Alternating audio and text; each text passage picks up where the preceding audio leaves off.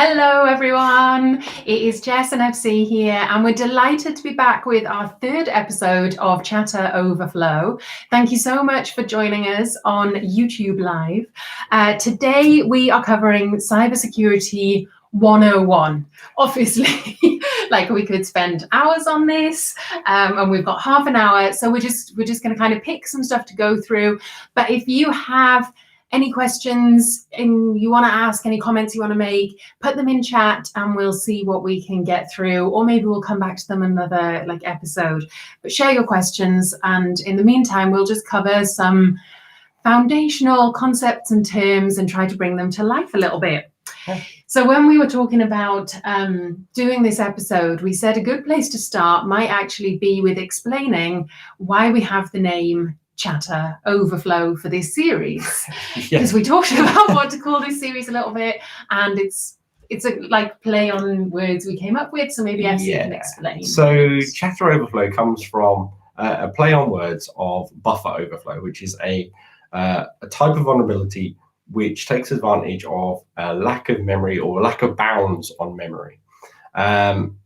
An analogy would probably be a good idea to explain what this means. So if you don't understand this, then hopefully this analogy will make it a bit easier. So imagine you and your friend decide to make your family dinner. Right? You are going to focus on just the main course. Your friend is going to focus on the dessert, right? And you have one workbench in the kitchen to use. So you're both on that, right? So you have a recipe in front of you that you read, and you create your roast dinner, your chicken dinner, right? Your friend has their recipe in front of them, and they're going to make the trifle. So that's a big success. And then next week, you say to your family, okay, we'll accept any recipe you want. It doesn't have to be a chicken dinner. You can have anything. And so your family give you a recipe that is huge, right? It's a massive recipe, and you have to put it out in front of you, and you run out of workspace. So you put it onto your friend's piece of workspace.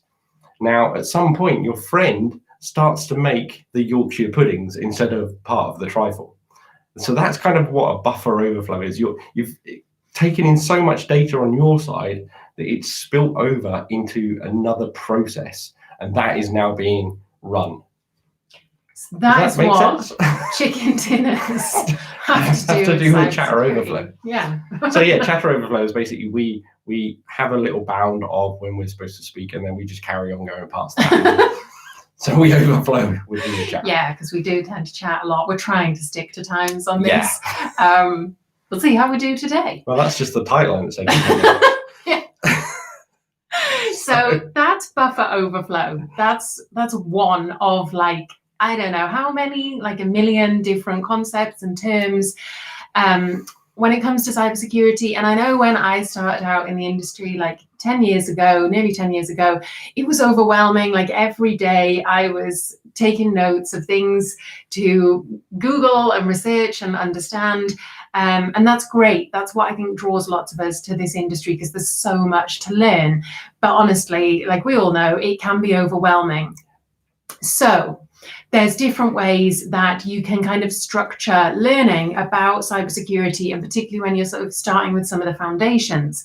And thankfully, OWASP helps us with that. So OWASP are a not-for-profit, global, massive organization. You'll have heard of the OWASP project, and you'll have heard within that of possibly different things.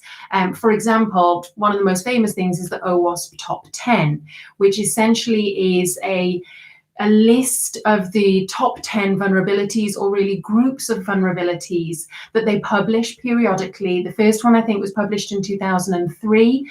The most recent one was published in 2017.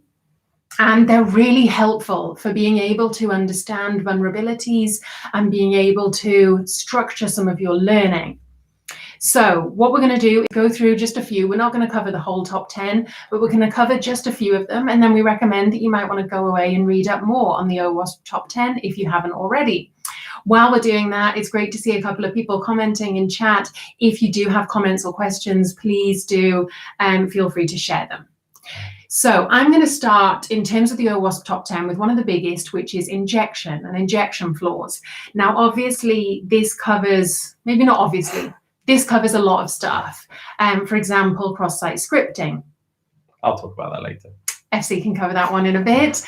Before then, we're going to cover SQL injection. You probably hear about SQL injection, SQL injection, structured language query injection, and it's the cause of a lot of issues for organizations. So you hear about it quite a lot, and we certainly heard about it a few years ago when it came to TalkTalk. So SQL injection is basically when an attacker is able to inject code to get information out of a database that they shouldn't be able to get. And this was used in the TalkTalk hack of 2015 that had a massive impact. It was in the news. It's often used as a big case study. The personal information of over 150,000 people was accessed, financial information of 21,000 people, over 21,000 people. And this particular hack that I'm talking about in October of 2015 was the third time that TalkTalk were hacked by a SQL injection that year. Pretty bad year. And that particular one, the October 2015 one, analysis suggests that it cost TalkTalk about £77 million, and they were issued with the largest monetary penalty, like fine, that comes from the Information Commissioner's Office at the time. So pretty bad news, all coming from SQL injection. So that's a kind of very quick overview of SQL injection. It leads on nicely to cross-site scripting. Yeah, so cross-site scripting is kind of one of the injection methods, but it's so important and so prevalent that OWASP have split it out onto the list as an entirely separate one, because about two-thirds really of all applications will have some cross-site scripting. It's the most common thing that we find when we're doing pen tests is cross-site scripting, also known as XSS. Now, there's several different types of XSS, and I won't go too deep into the technicalities of any of these, but the first one is DOM-based, then you have stored cross-site scripting, and you have reflective cross-site scripting. How to really explain these ones quickly. Stored cross-site scripting is when you inject some code onto a website, and it gets stored for later use. So if someone else comes along to that page, and maybe views it, they get attacked. If it's reflected cross-site scripting, it's generally you encode it into the URL and you send that to someone, and they click on it, and then it sort of attacks that person. And DOM-based is a little bit more complicated. When you download a web page, you download all of the data from it, and then extra things can happen your side, on the client side. And that just means a DOM XSS is basically you can run exploits against the code that's now on your side. Nothing ever gets sent to the server and back, but you can exploit things within the client. So again, you would send that link to someone and then exploit them that way. So I think that in a really small nutshell is kind of the different types of XSS. Cool. So we've had buffer overflow. Yep. SQL injection, cross-site scripting, XSS. So there's obviously, there's loads of different terms we could cover. I think if we're considering the OWASP Top 10, there's two that are sort of similar but different, and it can be really easy to get them confused or to not quite know the difference between them. And those are broken authentication and broken access controls. So certainly I think when you just say those terms, you could think, well, aren't they exactly the same thing? I often get them confused. Yeah. So we'll take a minute to just try and explain and go through the difference between them. Yeah. So broken authentication, again, just like pretty much everything in the OWASP Top 10, it covers like a large group of issues. And this is basically different things from being able to pretend you're someone you're not to access a system. So this could be the use of default accounts. This could be systems that are not set up in a very secure way, so they can be brute forced via dictionary attacks. This can be when session IDs don't expire. So I've logged out as a user, and yet my session is still continuing and someone is able to access it. So criminals compromise accounts using broken authentication to steal people's identity, to steal money, to steal data. It's a very common thing. and then you have broken access controls. Yeah, so actually the broken authentication mechanism actually feeds back into the XSS. So if you were to perform an XSS on someone and steal their session IDs, then if they don't expire, then you can go and use them even after they've moved on. But whilst broken authentication relies or focuses more on if someone can get in, if they're allowed in or not, broken access controls is really about what that person can do with that role once they're authenticated. So can you, for example, if you're on a shopping site, can you see someone else's shopping basket? If you're on a forum, can you get administrative access to tools and bits and pieces? But also, it also covers whether or not you can completely get around the broken authentication system. So it's kind of like if there's a padlock on a door, if you break that padlock or if you lockpick that padlock, you're doing broken authentication. If you go in through the window and completely bypass that entire thing, then it's a broken access control. Okay, so you have sometimes shown photos from your social engineering, Yes. Breaking into places with a contract. Yeah. And so you'll sort of see like a picture of, a padlocked, really secure door, but there's like a tiny fence next to it which you can just hop over. Exactly. That would be broken access controls. Yes. Whereas if you were lock picking or something, then that would be a broken authentication, or if it was just a rubbish lock, I guess. Yeah, exactly. Cool. Okay. So there's a few things from the OWASP Top 10, very much worth a look at if you're trying to kind of get your head around some of the kind of foundational issues when it comes to vulnerabilities in terms of hacking and cybersecurity. I think it's worth us covering a few more and maybe going back a level and thinking about some even more foundational terms. Do ask questions, make comments, share anything you want in the chat if there's anything in particular you want us to cover. But what I'm thinking is we talk about maybe some of the terms that are often confused when we're talking about cybersecurity, when we're trying to explain stuff, even just in kind of conversation about some stuff. And there I'm thinking about risk, threat, vulnerability, and exploit. So the risk is that something bad may happen. The threat is the bad thing that may happen. The vulnerability is what the threat is taking advantage of.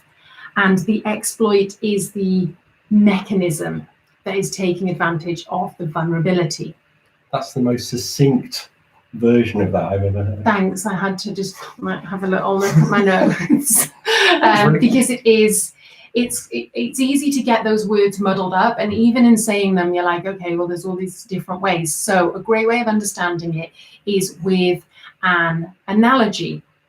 And I've recently written a book draft, which should be published in the next few months, called Confident Cybersecurity. And it essentially is a book that outlines cybersecurity from the human, technical, physical for those who are new to industry or coming into industry. And this was sort of what I wanted to do was go through all of these different foundational things, from cyber war to social engineering and all of that kind of stuff. And so I talk about risk, threat, vulnerability, impact, exploit, all of these different terms and what they mean. And an analogy I came up with in terms of explaining these was about mosquitoes, because I get bitten a lot by mosquitoes. They love me. So I shouldn't laugh, I'm sorry. I know, but you do. Yeah, I'm like, and I take them away from you, so you don't have to worry about being bitten. So if we're thinking about the mosquitoes in terms of the risk, I risk being bitten by mosquitoes. Being bitten is the threat. The vulnerability is my skin, which is vulnerable to a mosquito's proboscis. And the proboscis is the exploit that the mosquito uses to take advantage of the vulnerability. So that's, I hope, a simple way of thinking about cybersecurity in terms of the risk, the threat, the vulnerability, and the exploit. You then, of course, have the impact. If I'm bitten by a mosquito, the impact can be It can be nothing, I may not have any kind of reaction at all. I actually generally do have a reaction. I usually get itchy, I get bumps. Sometimes it swells up a little bit more. And of course, mosquitoes can carry diseases. So the impact can be much more serious than just it being a bit annoying for a couple of days. You can end up seriously ill from being bitten. So that's the impact. When we're thinking about risks, threats, vulnerabilities, we can do stuff to mitigate the threat. We can do stuff to mitigate being exploited. So I might use anti-mosquito spray stuff. I might wear, long-sleeved clothes, long trousers. I might burn citronella candles. There's stuff I can do that are mitigations to try to stop this threat from materializing. But I can do all these things and still get bitten, right? And it's the same in cybersecurity. We can put loads of mitigations in place, but they might not work 100% of the time.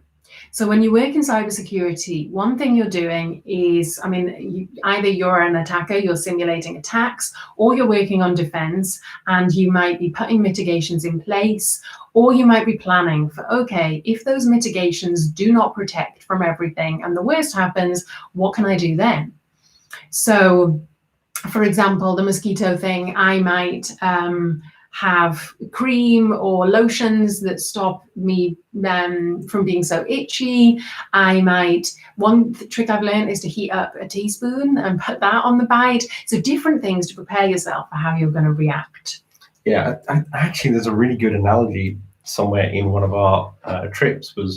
I can't even remember what it was, Kuala Lumpur. No, it was Thailand. I know what you we did everything that we should. Right, we had the spray on, the citronellas.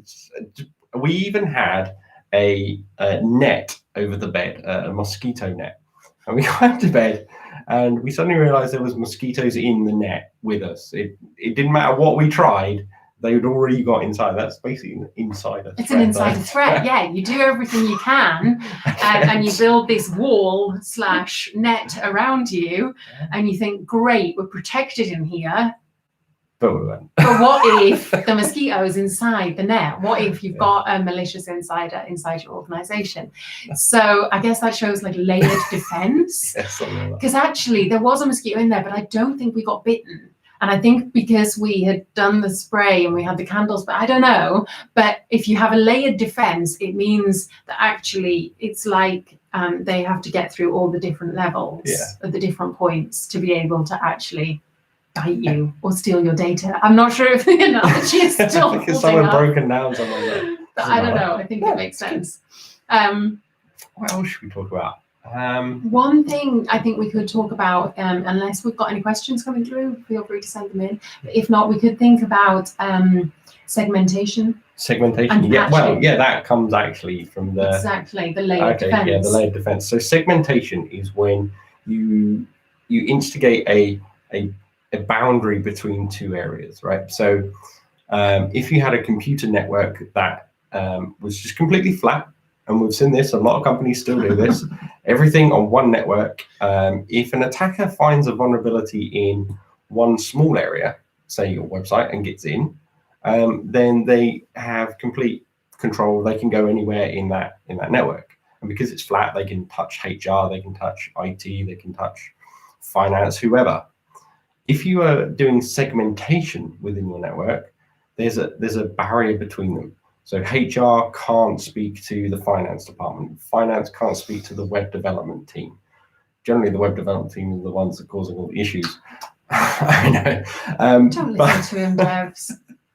But with segmentation, it stops an attacker from getting around. And this is what we're saying with, if the mosquito got into the net, what's the next layer of defense? Well, if a hacker gets into your network, the next layer of defense is stop them from moving laterally across your network.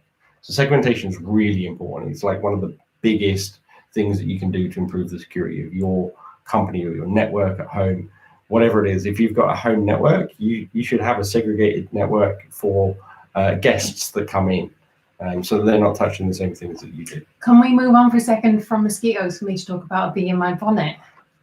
Okay. It's just when you're talking about segmentation, I always have this frustration with flat networks. So obviously my work in cybersecurity is more on the human side, so I'm not going to really be involved in the infrastructure of a network or anything. But having a segregated network, a segmented network, really does actually make a difference on my side of cybersecurity as well. Because I hear time and again people saying, particularly, if they're running security maybe for a big organization, and they might say to me something when we're talking about the human side, like, oh, it only takes one person to click a link in a phishing email for it to ruin my whole network. And so people end up getting blamed. And we can get into like loads of stuff to analyze why that's not true and why it's not helpful to really blame people like that, least of all the fact that we can all fall victim to a phishing email. But it's always really telling when someone says that to me, because what they're saying is they've got a flat network. A person clicking a link in a phishing email in one part of an organization should not cause your whole network to go down, because you should have a network that is segmented. So, okay, it might affect one department, but it should not spread throughout the whole system, because there should be points that stop it from moving to the next place. So that's the bee in my bonnet. Yes. I always, when someone says it, it's like, if he's with me, he'll look at me like, go on. Well, it's one of those things. It's like, segmentation of a network is not a new thing. Like, we sometimes go to conferences and someone will do a talk about it, and we're like, this is like the invention of the computer. Like, why are you even talking about this? This has been around for so long. Everyone should be doing this, because that's the basics of how you build a network. Yeah. There's been a question I want to just bring up. Is it more important for companies to spend money on technical defenses or training staff, or is it a balance? And I think it definitely is a balance. I'm a big believer that security should be as frictionless as possible. So we should be doing everything we can to put in technical defenses and to empower people with technical tools to manage security, so that it doesn't fall as a burden on the person. Having said that, we have to recognize that even the best technology, even the best set of technology solutions, isn't going to protect us 100%. So it's just going back to that idea of like layered defenses again.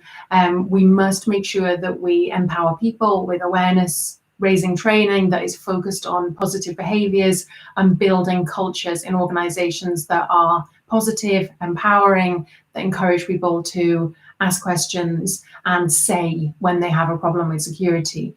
So it's really about making sure there's a balance of everything, and making sure that the burden doesn't fall on people. So use technology absolutely where you can. Yeah. There was one other thing, which patching. Patching comes up a lot. A word that we band around a lot.